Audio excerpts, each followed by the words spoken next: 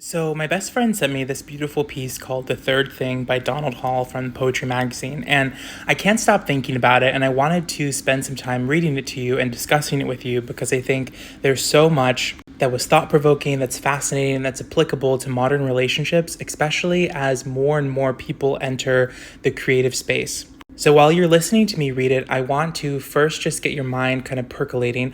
I want you to think about times that you've been held in relationships in the past, time you've been supported, times you felt like your artistic ambitions weren't a threat to the equilibrium of the relationship. And I also want you to think about ways that quiet, repetitive tasks like working on a book each day, or working on poetry each day, or making videos each day, or researching things each day.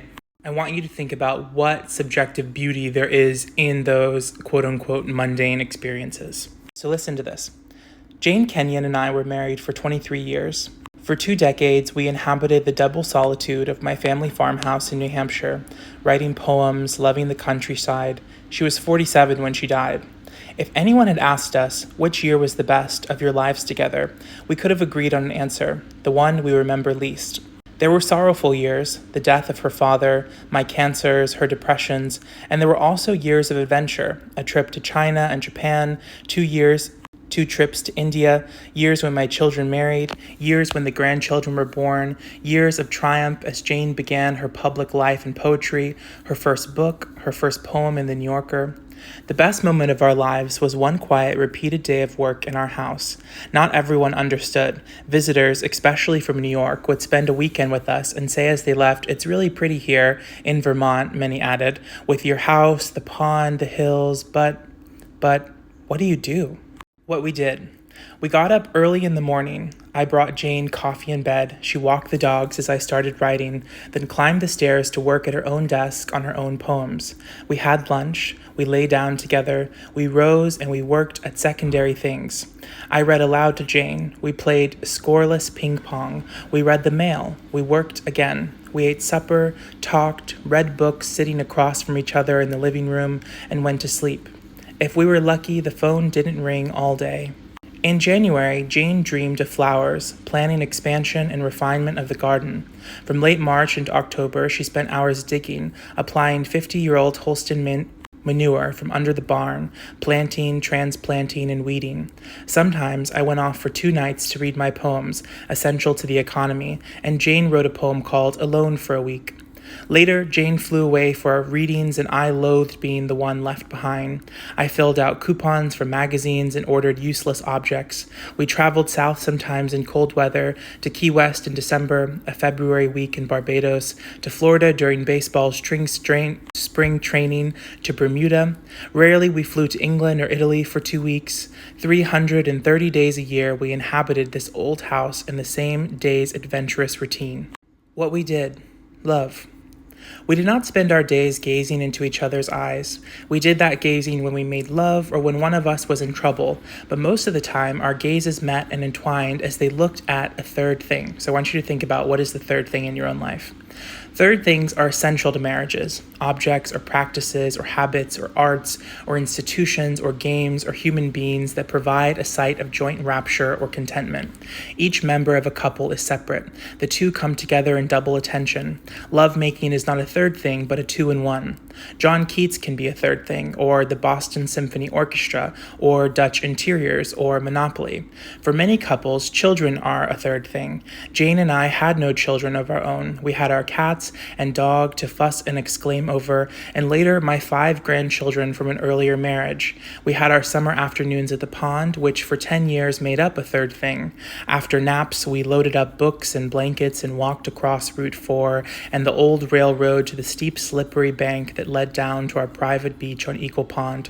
Soft moss underfoot sent little red flowers up. Ghost birches leaned over water with wild strawberry plants growing under them. Over our heads, white pines reared high and oaks that warned us of summers end late in August by dropping green metallic acorns. Sometimes a mink scooted amongst ferns. After we acquired Gus, he joined the pond ecstasy, chewing on stones. Jane dozed in the sun, and I sat in the shade reading and occasionally taking a note in a blank book. From time to time we swam and dried in the heat. Then, one summer, leakage from the Danbury landfill turned the pond orange. It stank. The water was not hazardous, but it was ruined. A few years later, the pond came back, but we seldom returned to our afternoons there. Sometimes you lose a third thing. So I want you to think about the third things that you've lost in your life. The South Danbury Christian Church became large in our lives. We were both deacons, and Jane was treasurer for a dozen years, utter miscasting and a source of annual anxiety when the treasurer's report was due. I collected the offerings, Jane counted and banked it. Once a month, she prepared communion and distributed it. For the church fair, we both cooked and I helped with the auction. Besides the church itself, building, and community, there was Christianity, the Gospels, and the work of theologians and mystics. Typically, we divided our attentions. I read Meister Eckhart while Jane studied Julian of Norwich. I read the Old Testament aloud to her and the New. If it wasn't the Bible, I was reading aloud late Henry James or Mark Twain or Edith Wharton or Wordsworth Prelude. Reading aloud was a daily connection. When I first pronounced The Ambassadors, Jane had never read it, and I peeked at her flabbergasted face as the boat bearing Chad and de Vionnet, sorry, mispronunciation, Mademoiselle de Vionnet, maybe, rounded the bend towards Lambert's Strether. 3 years later, when I had acquired a New York edition of Henry James, she asked me to read her The Ambassadors again. Late James is the best prose for reading aloud, says one of the interminable sentences. The voice must drop pitch every time he interrupts his syntax with periphrasis, and drop again when prephrasis interrupts periphrasis. A new word for us, no doubt. Like climbing stairs in the dark until the original tone concludes the sentence. But there was also ping pong. When we added a new bedroom, we extended the root cellar enough to set a ping pong table into it, and for years we played every afternoon. Jane was assiduous, determined, vicious, and her reach was not so wide as mine. When she couldn't reach a shot, I called her Stubbsy, and her next slam would smash me in the groin, rage combined with harmlessness. We rallied half an hour without keeping score. Another trait we shared was hating to lose. Through bouts of ping pong and Henry James in the church, we kept to one innovation with rare exceptions. We remained aware of each other's feelings. It took me half my life, more than half, to discover with Jane's guidance that two people could live together and remain kind. When one of us felt grumpy, we both shut up until it went away. We did not give into sarcasm. Once every 3 years when we had a fight, the way some couples fight 3 times a day, and because fights were few, the aftermath of a fight was dreadful gloom. "We have done harm," said Jane in a poem after a quarrel. What was that fight about? I wonder if she remembered a month after writing the poem. Of course, the third thing that brought us together and shone at the center of our lives and our house was poetry. Both our love for the art and the passion and frustration of trying to write it. When we moved to the farm away from teaching and James' family, we threw ourselves into the life of writing poetry as if we jumped from a bridge and swam to survive. I kept the earliest hours of the day for writing poetry. Jane worked on poems virtually every day. There were dry spells. In the first years of our marriage, I sometimes feared that she would find the project of poetry intimidating and withdraw or give up or diminish the intensity of her commitment.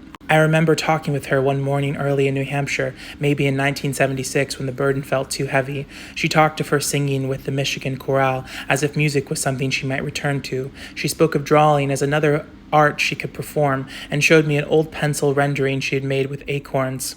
I think, meticulous and well-made and nothing more. She was saying, I don't have to give myself to poetry, and I knew enough not to argue.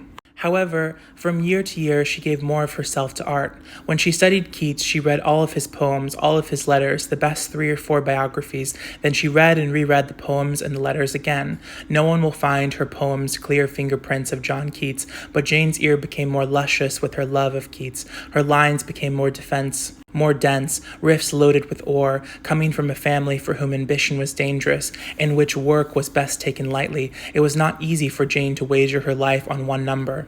She lived with someone who had made that choice, but also with someone 19 years older who wrote all day and published frequently. Her first book of poems came out as I published my 5th. I could have been an inhibitor as easily as I was an encourager, if she had not been brave and stubborn. I watched in gratified pleasure as her poems became better and better. From being promising, she became accomplished and professional. Then, with the later poems of The Boat of Quiet Hours, with Twilight After Hayne, and briefly, It Enters with Things, she turned into the extraordinary and permanent poet of Otherwise. Okay, I'm going to read the rest in part 2.